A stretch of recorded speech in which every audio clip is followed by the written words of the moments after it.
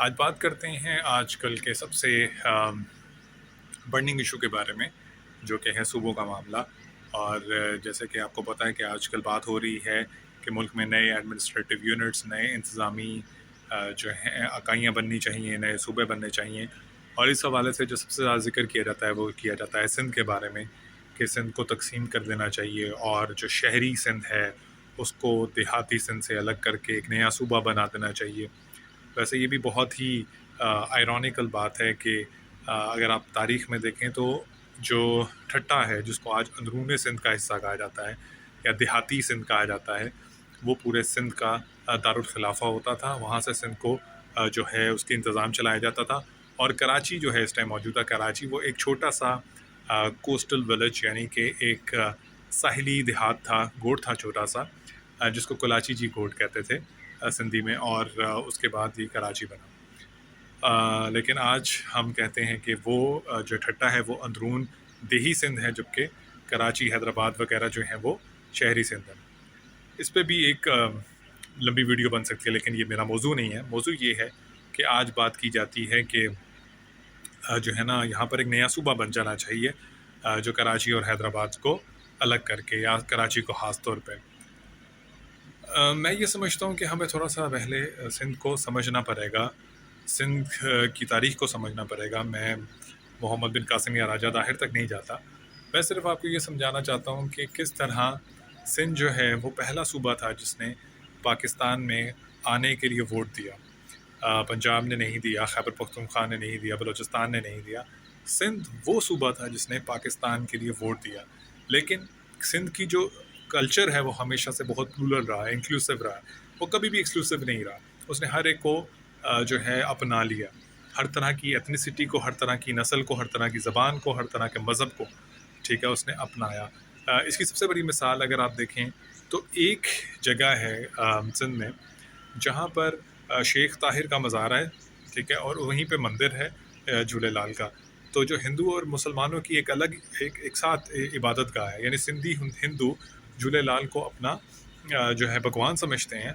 और वहीं पे शेख ताहिर की, जिनको झूलेलाल मुसलमान अपना एक सेंट समझते हैं, एक अपना सूफ़ी बुज़ुर्ग समझते हैं, सिंधी मुसलमान, तो वहाँ मौजूद है। तो यहाँ पर इस तरह का इंक्लूसिव कल्चर है, ठीक है। वहाँ पर आज भी जो है हिंदू आबादियाँ हैं जहाँ पर हिंदू जो हैं वो रमज़ान में खाना नहीं खाते दिन के टाइम, और मुसलमान जो है गाय की कुर्बानी नहीं करते ईद उल अज़हा पे, ताकि एक दूसरे को तकलीफ़ ना पहुँचे। इतनी ज़्यादा उनकी प्लुरैलिटी है, एक्सेप्टेबिलिटी है एक दूसरे के लिए।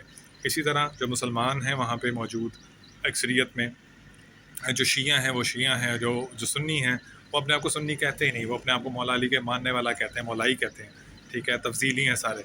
तो वहाँ पर कभी शिया सुन्नी फसाद भी देखने को नहीं मिलता।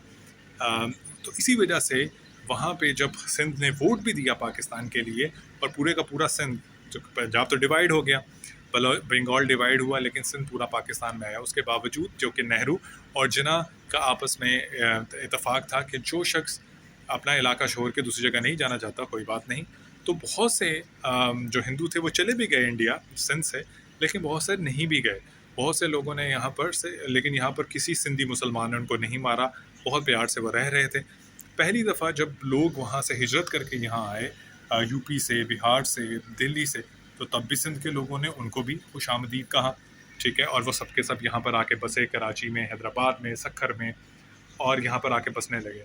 लेकिन यहाँ पर पहला फसाद हुआ जब एक गुरुद्वारे पे हमला किया गया उन मुहाजिरों की जानिब से जो कि इंडिया से आए थे कराची में।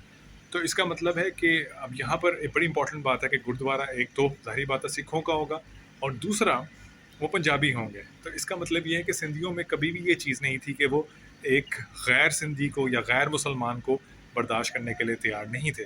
लेकिन जो लोग बाहर से आए उन्होंने क्या किया, उन्होंने जब कराची में रहना शुरू किया, कराची की आबादी 1947 में, 1947 में सिर्फ 4,35,000 थी। लेकिन वो इतना ज़्यादा इन्फ्लक्स आया मुहाजिरों का यहाँ पे, और पंजाब में तो नहीं बसा, खैबर पख्तूनख्वा में तो नहीं बसा, वो सारा का सारा यहाँ पर आके बसा।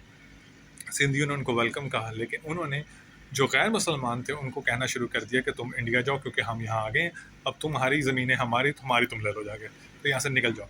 जब वो लोग यहाँ से निकलने के लिए तैयार नहीं थे तो इनकी लड़ाइयाँ शुरू हुई, इन्होंने मारना शुरू किया। और उस टाइम जो अयूब खोरो थे, जो सिंध के वज़ीर आला थे, उन्होंने उन लोगों के ख़िलाफ़ कार्रवाई की। लेकिन अफसोस से लियाकत अली ख़ान की जो मरकज़ी हुकूमत थी उन्होंने जो है दबाव डाला अयूब खोरों पे कि आपको इन मुसलमानों को आपने कुछ नहीं कहना क्योंकि ये मुसलमान हैं और आप हिंदुओं के इतने वफादार और सगे ना बने, ठीक है।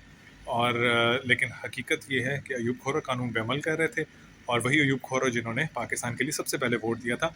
और इंटरेस्टिंग बात ये है कि लियाकत अली ख़ान जब यूपी से यहाँ आए तो उनको भी घर अयूब खोरो ने ही दिया था।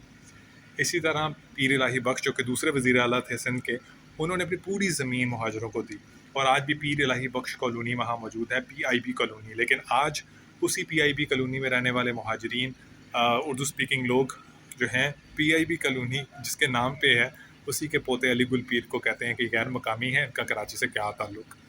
तो ये सारे मसाइल यहाँ पर जन्म लिए। बंगाली जो थे उनका 5% लोग थे पाकिस्तान के, लेकिन ब्यूरोक्रेसी में सारे के सारे मुहाजिरीन थे, ठीक है। फ़ौज में सारे पंजाबी थे 72%। तो जिसकी वजह से यहाँ पर ये प्रॉब्लम हुई। फिर उसके बाद जब सिंध ने सिंधी ज़बान को नहीं छोड़ा तो वहाँ पर जो थी अल्ताफ़ हुसैन एंड कंपनी ने कराची में मसला शुरू कर दिया कि उर्दू ख़तरे में पड़ गई। उर्दू कहाँ ख़तरे में पड़ गई? उर्दू तो पाकिस्तान की कौमी ज़बान थी, अंग्रेज़ी भी सरकारी ज़बान थी। सिर्फ सिंध वालों ने कहा कि हमें सिंधी पे फ़ख्र है, हम सिंधी को भी जारी रखेंगे, जिसकी वजह से फसादात शुरू हो गए।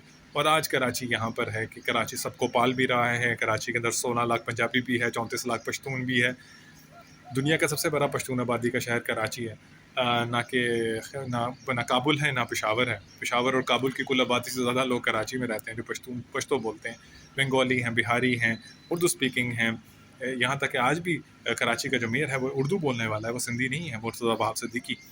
लेकिन नफ़रत के वो बीज बोए गए सिंधियों के ख़िलाफ़। उसमें PTV ने भी बड़ा काम सर अंजाम दिया और जो है नेटिव्स के ख़िलाफ़, मकामी लोगों के ख़िलाफ़ जो एक जो था उनको हक़ारत की नज़र से देखा गया और उनकी ज़बान, उनकी तहज़ीब, उनकी सकाफ़त को नज़रअंदाज किया गया और कभी उनको अपनाया ही नहीं गया। और आज उनको तकसीम करने की बात की जा रही है, उन लोगों को, उस सूबे को जिसने सबसे पहले पाकिस्तान के लिए वोट दिया। तो इस बात को समझें कि किस तरह पाकिस्तान के अंदर सिंध जो है, सिंध तो हिंद है, हिंद सिंध, हिंदू, सिंधु, इंडस, इंडिया एक ही चीज़ है जो कि पहचान थी इंडिया की। उसके बावजूद उन्होंने पाकिस्तान के लिए वोट दिया और पाकिस्तान के लिए वोट इसलिए नहीं दिया कि उनके सुबह तोड़ दिया जाए। तो वो कभी भी इस तकसीम को एक्सेप्ट नहीं करेंगे, इसको नहीं मानेंगे। ज़रूरत इस बात की है कि मुहाजिर भी इस बात को समझें और सिंधियों को वो इज़्ज़त दें जिसके वो हकदार थे। उन्होंने तो उनको वेलकम किया, लेकिन शायद मुहाजिरों ने आज भी उनको अपने बराबर माना ही नहीं। बहुत शुक्रिया।